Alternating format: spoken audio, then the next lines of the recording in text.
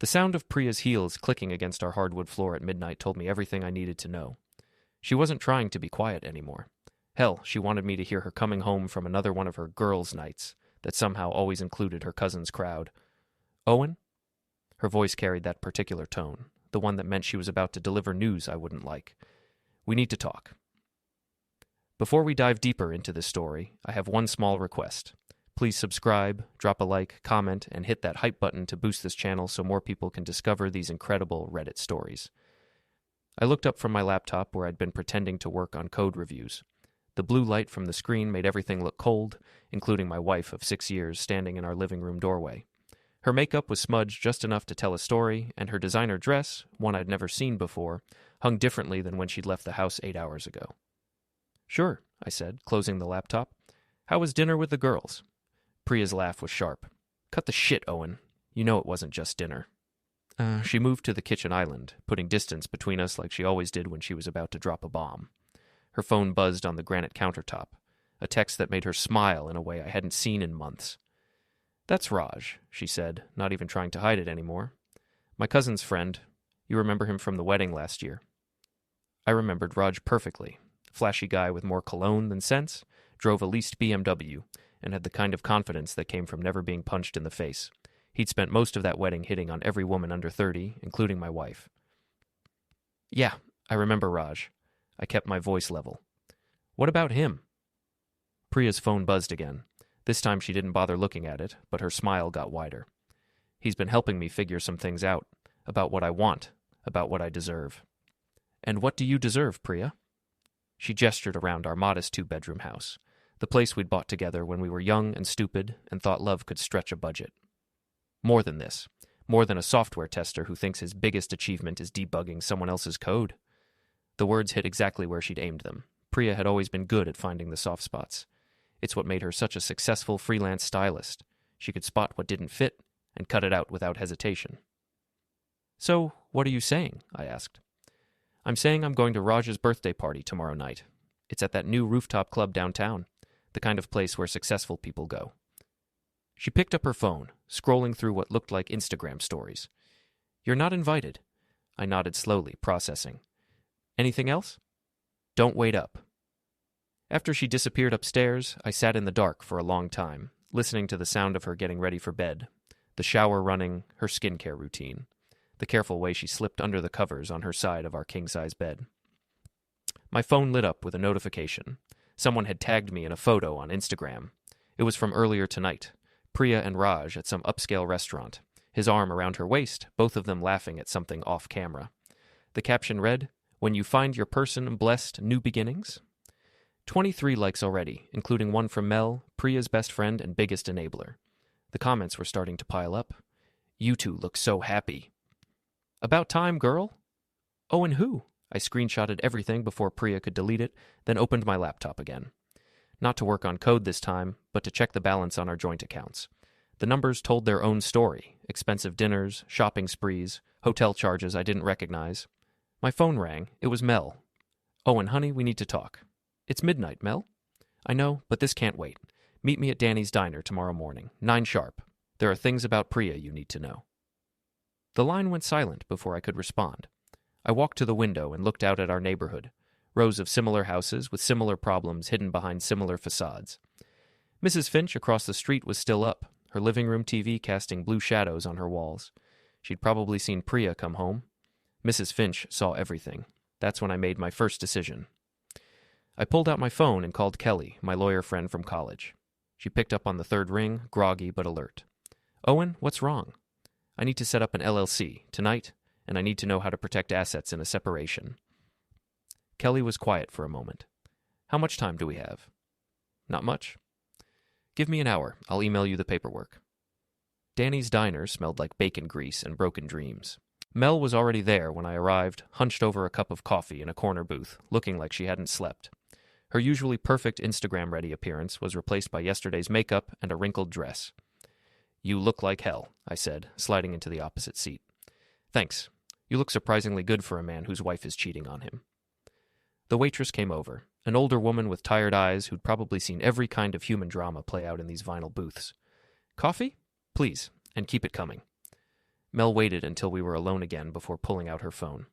I need to show you something, but first, you have to promise me you won't do anything stupid. Define stupid. Violence, confrontation, anything that could get you arrested. I laughed, and it sounded bitter even to me. Mel, I'm a software tester. The most violent thing I've done in the past 5 years is argue with a compiler. She slid her phone across the table. The screen showed a series of text messages between her and Priya from the past 3 weeks. I scrolled through them, my coffee getting cold as the timeline of my wife's betrayal unfolded in real time. Priya. Raj is taking me to that new place on 5th Street tonight. Mel. What about Owen? Priya. What about him? He'll be working late anyway. Priya. Raj says I deserve better than a man who's content with mediocrity. Mel. Are you sure about this? Priya. I've never been more sure of anything. The messages got progressively more explicit. Details about hotel rooms, plans for the future that didn't include me, discussions about how to handle the Owen problem. Why are you showing me this? I asked. Mel looked uncomfortable. Because Priya's my friend, but this isn't right. You're a good guy, Owen. You don't deserve to be blindsided. How long have you known? 3 weeks, maybe a month. She took a shaky sip of her coffee. It started as just talking. Raj was going through his own divorce, and Priya was frustrated. With work, with money, with me? Yeah, I handed her phone back. What else? They're planning to make it official after Raj's party tonight. Priya's going to ask for a separation. On whose terms? Mel's expression told me everything I needed to know. They'd already talked to a lawyer. They had a plan, and that plan involved me getting screwed 6 ways from Sunday while Raj swooped in to play hero. I stood up, leaving a 10 on the table. Thanks for the heads up, Mel. Owen, wait. What are you going to do? Nothing stupid, I said. I promise. But as I walked out of Danny's diner, I was already making my second decision. I drove straight to the bank and transferred every penny from our joint accounts into the LLC Kelly had helped me set up. Then I went home, packed a bag, and left my phone on the kitchen counter. By the time Priya woke up, I was gone. I'd rented a room at the Sunset Motel, the kind of place that charged by the hour and didn't ask questions. From there, I had a perfect view of the parking lot at Raj's apartment complex. His BMW was easy to spot, parked in the space marked reserved for resident. I spent the afternoon at Reggie's boxing gym, working out my frustrations on a heavy bag. Reggie had trained me back in college when I thought I might make something of myself in the ring. Now he was 65 and still built like a brick wall, with hands that could crack concrete and a heart soft enough to let broken-down guys like me use his gym as therapy. You look like a man with problems, Reggie said, watching me throw combinations with more anger than technique. My wife's cheating on me. What you gonna do about it? Haven't decided yet. Reggie nodded like this was the most reasonable answer in the world. You know what I always told you about fighting, Owen. The fight's not won by the guy who throws the hardest punch. It's won by the guy who's still standing when the smoke clears. What's that supposed to mean? Means maybe you don't need to throw the first punch. Maybe you just need to make sure you throw the last one. That evening, I sat in my rental car outside the rooftop club where Raj's party was happening. Through the floor-to-ceiling windows, I could see the celebration in full swing. Designer dresses, expensive suits, champagne glasses catching the light from the city below. And there was Priya, looking more beautiful than I'd seen her in years, dancing with Raj like they were the only 2 people in the world. My burner phone, a cheap prepaid I'd picked up that afternoon, started buzzing with voicemails from my real phone. I listened to them in chronological order, watching my wife's emotional journey play out in real time. First message, 2:47 p.m. Owen, where are you? Your phone's here, but your car's gone. Call me. Second message, 4:23 p.m. This isn't funny anymore. I'm worried. Call me back. Third message, 6:15 p.m. I know you're upset about last night, but disappearing isn't the answer. We need to talk about this like adults. Fourth message, 8:30 p.m. Owen, please, I'm scared. Just let me know you're okay. Fifth message, 11:45 p.m. I went to the party, but I kept thinking about you, about us. Maybe we can work this out. Please come home. The last message came at 1:20 a.m., and Priya was crying. I love you, Owen. I know I haven't been showing it lately, but I do. Whatever's happening between us, we can fix it. Just please come home. I deleted all the messages and turned off the phone. Monday morning came with rain and the kind of gray sky that made everything look like a crime scene. I'd been awake since 4, planning my next move from the cramped desk in my motel room. The surface was covered with printed bank statements, screenshots of social media posts, and a legal pad filled with notes. Kelly had left 3 voicemails on my burner phone. I called her back while watching the morning news. Jesus, Owen, where are you? Priya's been calling me nonstop. She thinks you're missing. I'm not missing. I'm strategically relocated. That's not funny. She filed a missing person report. I laughed. She can't file a missing person report on someone who left voluntarily. Besides, I'm texting her from this phone to let her know I'm alive. Are you? Because you sound different. I'm fine, Kelly. Better than fine.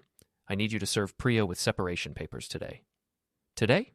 Owen, don't you think you should talk to her first? We're past talking. How fast can you make this happen? Kelly sighed. If you're sure about this, I can have papers drawn up by noon. But Owen, once we do this, there's no going back. Are you absolutely certain? I looked at my laptop screen, where I had Priya's Instagram story from the previous night still open. She'd posted a series of videos from Raj's party, including one where he was feeding her cake while she giggled like a teenager. The caption read, "Sometimes the best things come when you least expect them." I'm certain. What about assets? Already handled. Everything's in the LLC we set up. Smart. What about the house? It's in both our names, but I've been paying the mortgage for 6 years. I want her out. That's going to be complicated. Make it less complicated. After I hung up with Kelly, I drove to Priya's biggest client, a high-end boutique where she did personal styling for wealthy women who had more money than sense. The owner, Margot, was someone I'd met at several work events over the years. She was also someone who valued discretion and professionalism above all else. I waited in the parking lot until I saw Margot arrive, then intercepted her at the door. Owen, what are you doing here? I need 5 minutes of your time, Margot. It's about Priya. Her expression shifted to concern. Is she okay? She seemed distracted last week. That depends on how you define okay. I showed her the screenshots from Instagram, not just from Raj's party, but from the past month. Photos of Priya at expensive restaurants during work hours, check-ins at hotels in the middle of the day when she was supposed to be with clients, pictures with Raj that were time-stamped during appointments Margot had paid her for. I'm not trying to cause trouble, I said, but I thought you should know that your contractor has been billing you for time she was spending on personal matters. Margot's face went through several expressions before settling on professional disappointment. Thank you for bringing this to my attention, Owen. I'll handle it from here. I appreciate your discretion. Of course. And Owen, I'm sorry about all this. My next stop was Raj's apartment complex. His BMW was in its usual spot, but now it had 4 flat tires and a note tucked under the windshield wiper. The note, written in block letters on plain paper, read, "Hope you enjoyed the party. A friend." I'd been careful about the tires, letting the air out rather than slashing them. Property damage versus vandalism. Misdemeanor versus felony. Kelly had taught me well. From there, I drove to the office building where Raj worked as a business development consultant for a marketing firm that specialized in nightclub promotions. I'd done my research. The company was barely legitimate, operating on thin margins and thinner ethics. The kind of place where a scandal could shut down operations overnight. I didn't go inside. Instead, I sat in the parking garage and made a phone call to the building's management company. Hi, this is Detective Morrison with the Fraud Division, I said, deepening my voice and adding a slight accent. We're investigating some irregularities with one of your tenants. Raj Patel, Unit 1247. Nothing serious yet, but we'd appreciate it if you could keep an eye on any unusual activity. Visitors, large deliveries, that sort of thing. Of course, Detective. Should we be concerned about other tenants' safety? Just standard precautions. We'll be in touch. I hung up and drove back to the motel, feeling better than I had in months. That afternoon, my burner phone rang. It was a number I didn't recognize. Owen, it's Mel. Priya gave me this number. We need to talk. I'm listening. Not over the phone. Meet me at the coffee shop on Elm Street. 1 hour. Why? Because there are things about this situation you don't know. Things about Raj, things about Priya, things about me. The line went silent, and I stared at the phone for a long moment. Then I grabbed my jacket and headed for the door. The coffee shop on Elm Street was one of those aggressively hipster places where everything was made from reclaimed wood and the baristas had more tattoos than a motorcycle gang. Mel was waiting at a table in the back corner, nervously shredding a napkin. She looked worse than she had at the diner. Her usual social media polish was completely gone, replaced by dark circles under her eyes and the kind of nervous energy that comes from not sleeping. You look paranoid, I said, sitting down across from her. I am paranoid.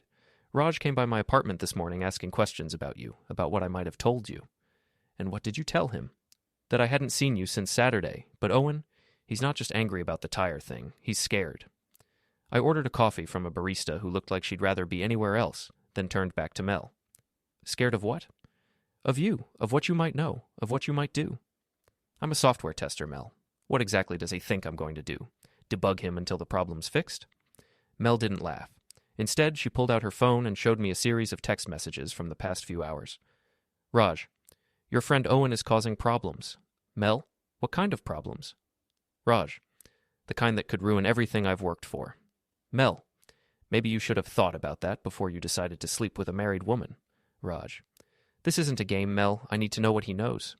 Mel, I can't help you. Raj, you can and you will, unless you want everyone to know about your little side business. I looked up at Mel. What side business? Her face went red. It's not what you think. I don't think anything yet, but I'm starting to get curious. Mel took a deep breath. I've been helping Priya with more than just emotional support. The shopping sprees, the expensive dinners, the hotel rooms. She couldn't afford any of that on her styling income. So where was the money coming from? From me. From my influencer sponsorships, my affiliate marketing, my other activities.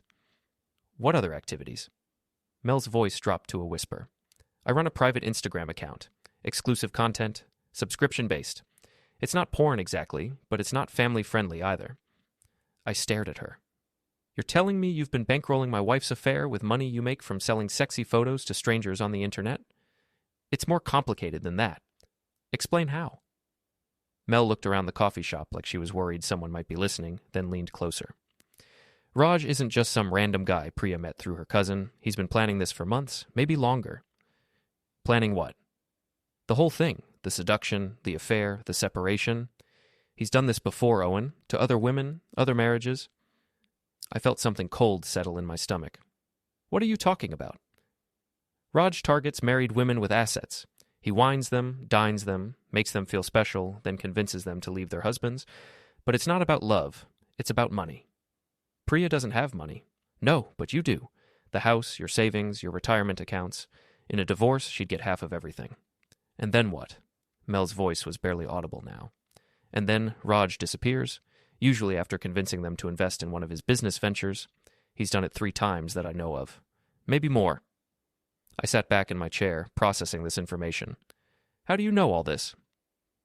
Because I helped him research you, your job, your income, your assets. He paid me to get close to Priya, to be her friend, to encourage the affair. The coffee shop suddenly felt very quiet. Even the hipster music seemed to fade into the background. You're telling me this entire thing has been a setup from the beginning? Mel nodded, tears starting to form in her eyes. I'm sorry, Owen. I needed the money, and it seemed harmless at first. Just gathering information. I didn't know that it would go this far. How far has it gone? Priya's already signed papers giving Raj power of attorney over some of her financial decisions. She thinks it's romantic, like he's taking care of her. But really, he's positioning himself to control whatever assets she gets from the divorce. I stood up, my chair scraping against the reclaimed wood floor. Where is she now? At home, crying. She's been calling you nonstop. And Raj? Probably trying to figure out his next move. The tire thing spooked him, but what really has him worried is that his business partner found out about the investigation. What investigation? Mel looked confused. The fraud investigation. The police called his office this morning asking questions. I almost smiled. Right, that investigation. Owen, what are you planning to do? I left a $5 bill on the table and headed for the door. I'm going to give everyone exactly what they deserve. I spent the rest of Monday afternoon in my motel room, making phone calls and sending emails. By evening, I had assembled what I like to think of as my nuclear option, a comprehensive dossier of evidence that would destroy Raj's life and reputation in ways he couldn't recover from. The beauty of being a software tester is that you learn to be thorough. You learn to document everything. You learn to find the flaws that other people miss. Raj had plenty of flaws. His business partner, Vinny, was more than happy to talk once I explained that I was investigating Raj for fraud. It turned out that Raj had been skimming money from their nightclub promotion business for months, using company funds to finance his lifestyle and his romantic conquests. I've been wondering where the money was going, Vinny said over the phone. We should be making twice what we're showing on the books. How much are we talking about? Probably 50 grand over the past 6 months, maybe more. That's a felony. Tell me something I don't know. I also reached out to the 3 women Mel had mentioned, Raj's previous victims. It took some detective work, but social media made it easier than it should have been to track down women who had been married, divorced, and then suddenly disappeared from Raj's Instagram feed. The first woman, Linda, was now working 2 jobs to make ends meet after losing half her assets in a divorce and then investing the rest in one of Raj's business opportunities that turned out to be completely fictional. The second woman, Carol, was living with her parents after a similar experience. The third woman, Janet, was the most helpful. She'd kept records, emails, text messages, financial documents. Everything needed to prove a pattern of fraud. "I've been waiting for someone like you to call," Janet said. "I knew he'd do it again. Men like Raj always do it again." "Why didn't you go to the police?" "With what? He never technically stole anything. He just convinced me to give it to him. That's not illegal, just stupid." "What if it wasn't just you? What if there was a pattern?" Janet was quiet for a moment. "That would be different?" "How different?" "That would be conspiracy to commit fraud. That would be something the police could actually prosecute." By Tuesday morning, I had enough evidence to bury Raj 6 feet under, but I wasn't ready to use it yet. First, I wanted to have a conversation with my wife.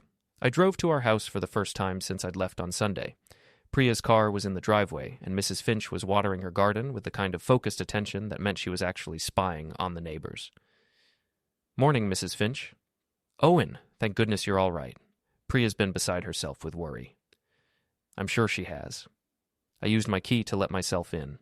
The house looked the same, but it felt different, like a place I used to live rather than a place I belonged. Priya was in the kitchen, still in her pajamas, looking like she hadn't slept in days. When she saw me, she burst into tears. "Owen, where have you been? I was so scared something had happened to you." "Nothing happened to me, Priya. I just needed some time to think." She rushed over like she was going to hug me, but something in my expression stopped her. "Think about what?" "About us, about Raj, about the future." Her face went pale. "What about Raj?" I pulled out my phone and showed her the screenshots I'd been collecting. The Instagram posts, the text messages Mel had shared, the financial records showing money being spent on hotels and restaurants I'd never been to. "I know about the affair, Priya. I know about the power of attorney. I know about the separation papers you've already had drawn up." She sank into one of our kitchen chairs, her face in her hands. "I can explain." "I'm sure you can. But first, let me explain something to you." I sat down across from her, the same way we'd had 1,000 conversations over 6 years of marriage. But this time was different. "Raj isn't who you think he is," I said. "He's done this before, 3 times that I know of. He finds married women, seduces them, convinces them to leave their husbands, takes half their assets, and then disappears." Priya looked up at me with red, swollen eyes. "That's not true." "It is true. I have proof. I have witnesses. I have documentation going back 2 years.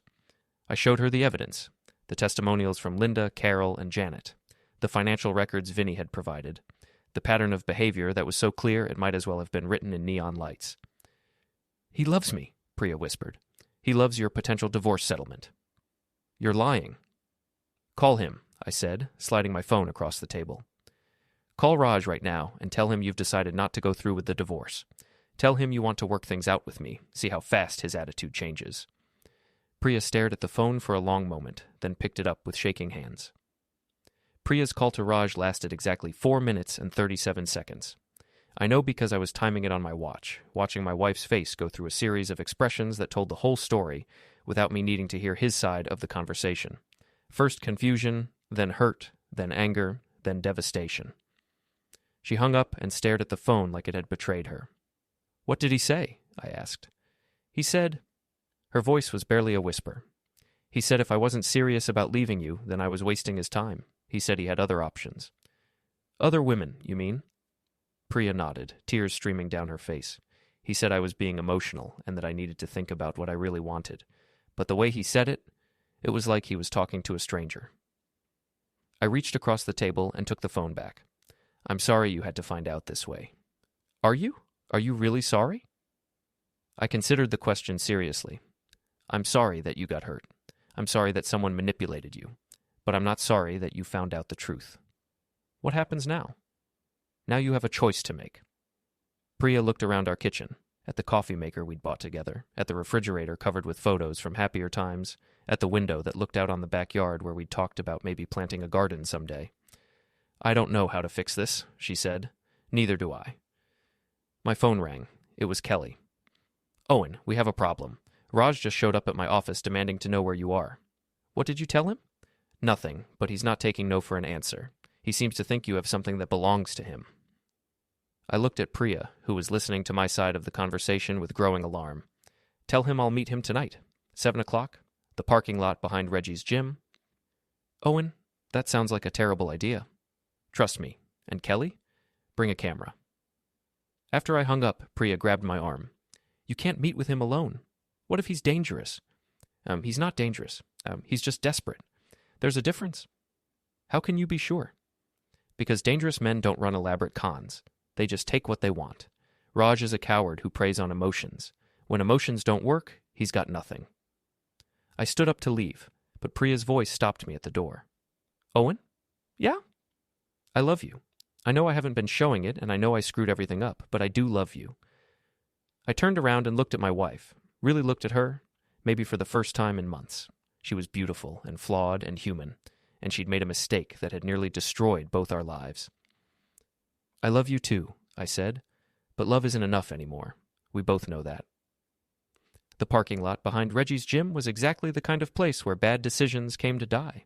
It was poorly lit, isolated, and surrounded by the kind of industrial buildings that were abandoned after 5 o'clock.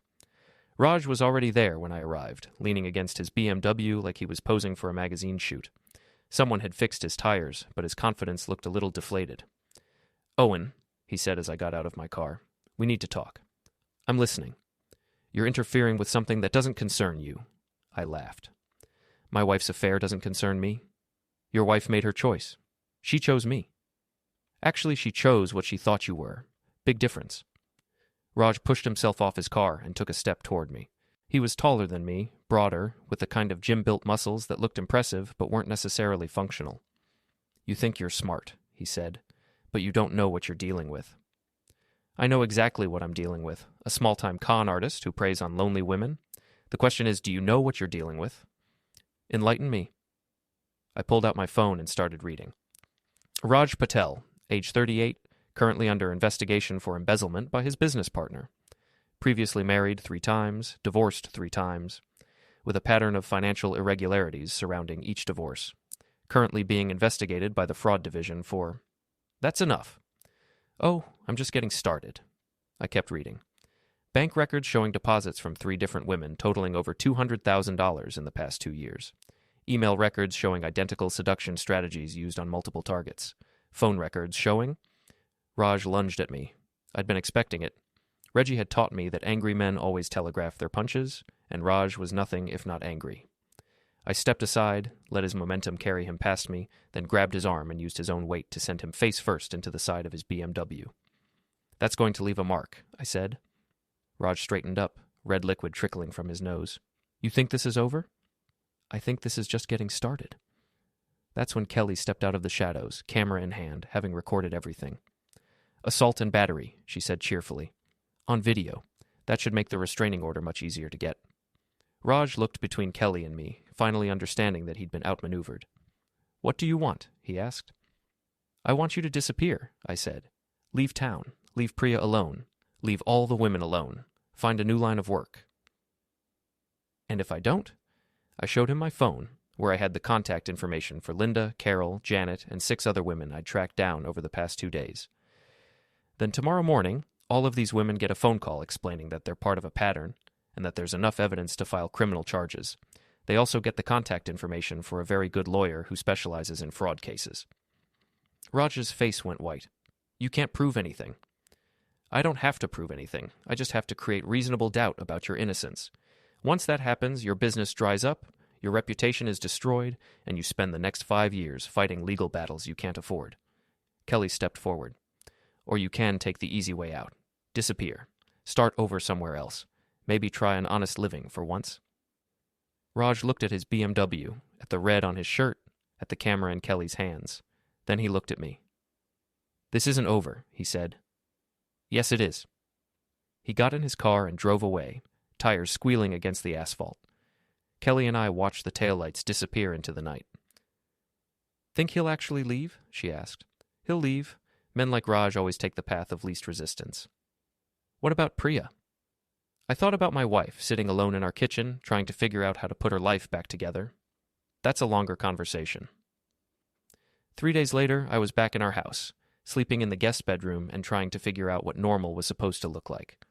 Priya and I were talking, carefully, politely, like strangers who happened to share a mortgage. She'd quit working with Margot after the confrontation about billing irregularities, and she was having trouble finding new clients. Word travels fast in the styling community, especially when it involves professional misconduct.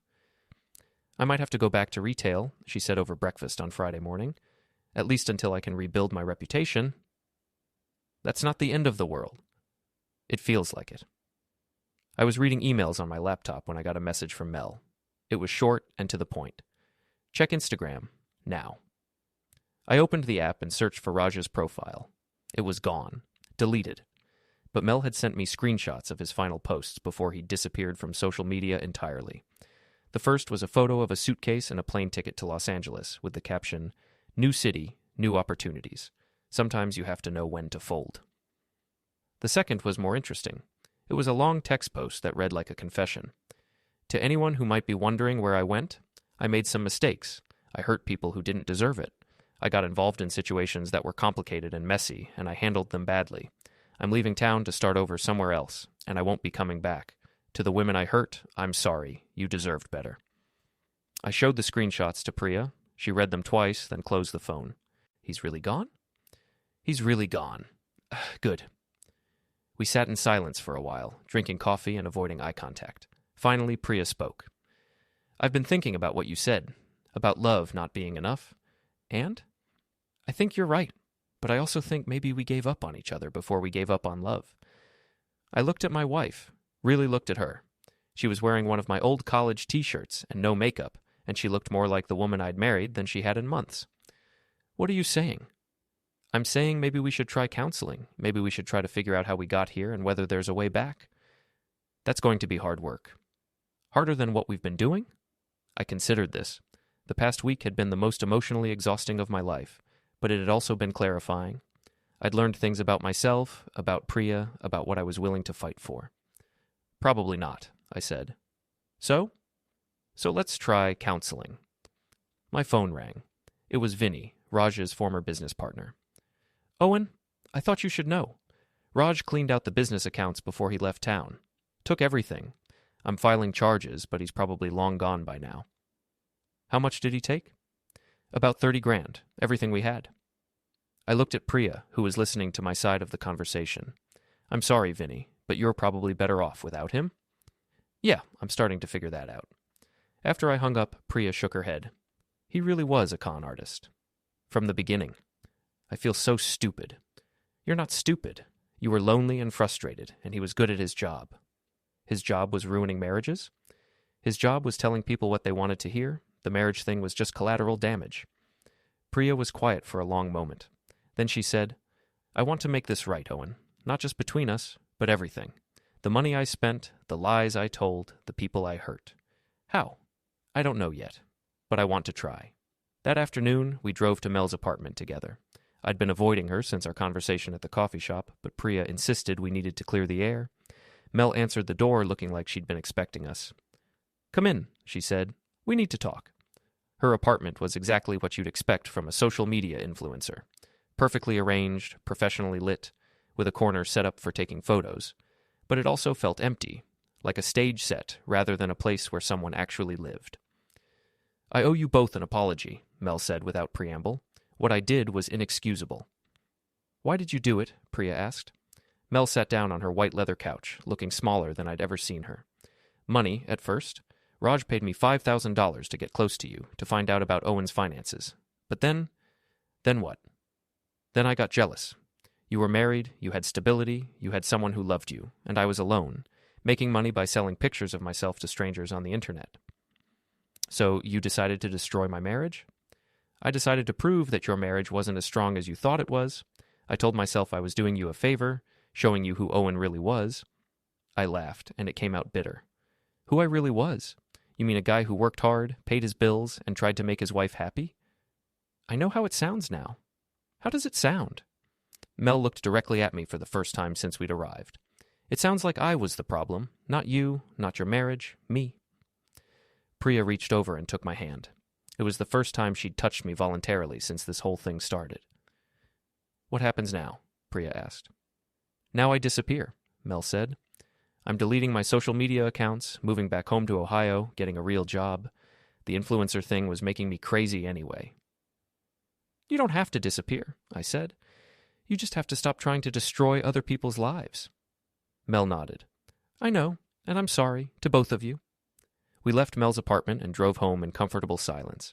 When we pulled into our driveway, Mrs. Finch was waiting by her mailbox with the kind of casual positioning that meant she wanted to talk. Owen, Priya, how are you two doing? We're working on it, Mrs. Finch, I said. Good to hear. Marriage is hard work, but it's worth it if you're both willing to put in the effort. Yes, ma'am. And Owen? That young man who was bothering Priya? I haven't seen him around lately. He moved to Los Angeles. Good riddance. He had shifty eyes. That night, Priya and I sat on our back porch, drinking beer and watching the sun set over our neighborhood. It wasn't romantic exactly, but it was peaceful. Do you think we can fix this? She asked. I think we can try. What if trying isn't enough?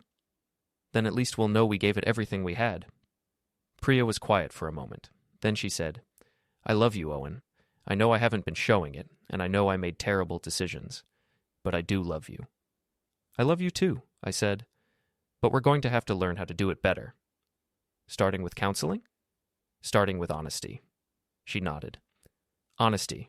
I can do honesty. Good, because I have something to confess. Priya looked alarmed. What? I'm the one who called in the fake fraud investigation on Raj. There was no Detective Morrison. She stared at me for a moment, then started laughing. You impersonated a police officer? I prefer to think of it as creative problem-solving. That's illegal, Owen. So is adultery in some states. She laughed harder. Fair point. We sat in comfortable silence as the stars came out. Two people who had nearly lost everything trying to figure out how to build something better from the pieces. It wasn't a happy ending exactly, but it was a beginning, and sometimes a beginning is enough.